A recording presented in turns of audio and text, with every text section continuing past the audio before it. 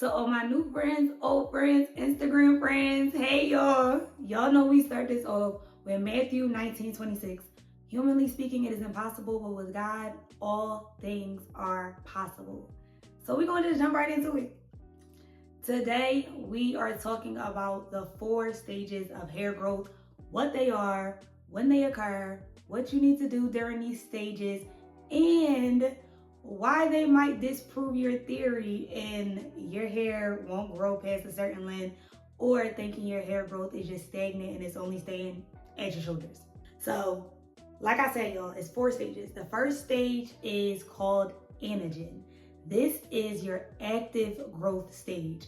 You can keep track of this stage by doing your length checks, taking pictures, documenting it, whatever. But this is your active hair growth stage. This stage can last anywhere from 3 to 5 years.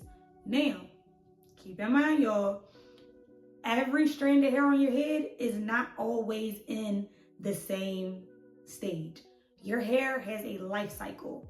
So, at the end of the anagen stage, you know what? Hold up. I know I'm getting into that. I'm too excited to tell you this. I'm gonna go in order. So, boom, that's anagen. During this stage, you want to use deep conditioning products.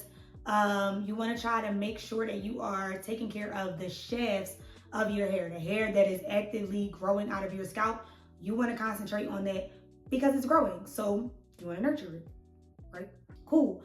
So, the next stage is catagen. The catagen stage is the transition stage. Your hair is still growing, but the hair growth is significantly slower because you're getting ready for the next 2 stages. So during this stage, again, it's even more crucial that you make sure your hair is properly moisturized because you will be more susceptible to losing hair, breakage, etc. Because, like I said, we have a life cycle. So the older the hair, the weaker it is naturally. So you want to do things that are going to strengthen that hair. Also, you want to feed your hair from the inside out. But I might go into that in another video because you should be eating mango, avocado, and all that. But I'm gonna go into that in another video. So in the catagen stage, your hair is it's starting to get weaker and the hair growth is slowing down. Next, we have the telogen stage. This is the resting stage. So during this stage, it lasts anywhere from 3 to 5 months. But during this stage, your hair isn't actually growing out of the scalp. It's getting prepared to come through the follicles, but it's not actively growing out of the scalp yet because that hair follicle may not have fully shed, if that makes sense. So during the telogen stage is when your hair is resting, is doing what it needs to do to prepare to grow stronger and jump back into that anagen stage. The next stage is exogen. This is the stage that be having y'all in a choke hole. I mean, it be killing y'all because y'all be thinking that your hair is falling out. Technically, it is, but not in the way you think it is. It's just shedding. So normal shedding is literally anywhere between 50 to 100 strands a day, y'all. So during this stage, if you have more hair that is in the exogen stage and you go put in some braids, obviously when you take your braids out, you're gonna have a clump of hair in your hand because you've shed anywhere from 50 to 100 strands a day. And if you don't left them braids in for 3 months, yeah, you know what I'm talking about.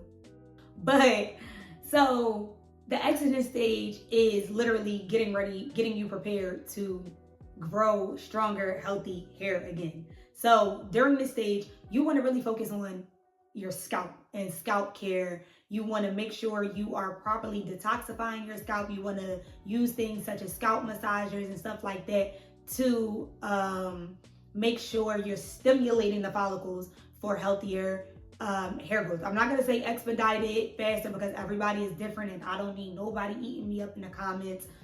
Listen.